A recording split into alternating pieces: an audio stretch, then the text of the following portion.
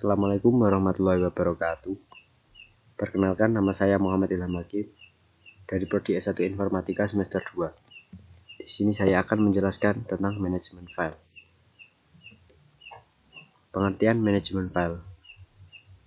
Manajemen file sering juga disebut dengan file system, merupakan sebuah metode dan struktur data yang digunakan oleh sistem operasi pada komputer untuk mengatur dan mengorganisir file yang ada pada disk ataupun memori.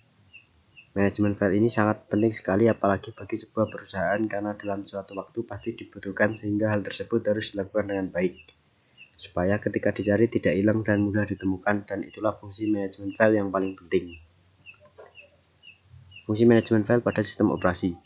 Yang pertama, memudahkan dalam bekerja, mudah dalam menemukan file, mudah dalam mengubah, mengedit, dan menghapus file, mengatur file agar tidak berantakan, membuat file dapat disimpan dengan aman. Manfaat manajemen file. Memudahkan pencarian file. Pencarian file atau data yang disimpan dalam komputer yang sudah terlihat rapi dan teratur, maka hal tersebut akan mempermudah dalam pencarian file yang disimpan dalam komputer, sehingga tidak akan lama dalam proses pencarian. Maka karena itu, lakukanlah penyimpanan file yang teratur dan baik dalam penyimpanan file agar tidak tercecer. Menjaga risiko kehilangan file. File yang disimpan dalam komputer bisa saja hilang atau terhapus dengan tidak sengaja, sehingga akan berisiko merugikan. Oleh karena itu, gunakan dan lakukanlah cara manajemen file dengan baik agar tidak berisiko merugikan. Bisa mengetahui file yang kadaluarsa.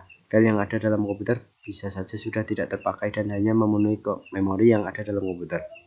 Apabila file tersebut sudah tidak terpakai, maka bisa saja dihapus. Tipe-tipe file pada sistem operasi. Regular file. Regular file terdiri dari file teks dan file biner. File teks ini berisi teks dalam format TXT, sedangkan file biner berisi program aplikasi. Special file. Special file adalah nama logik perangkat input yang dianggap sebagai file. Directory file. Directory file adalah sebuah file yang dimiliki oleh sistem operasi komputer. File tersebut berisi sebuah informasi terkait daftar file yang berada dalam folder atau directory pada sebuah komputer.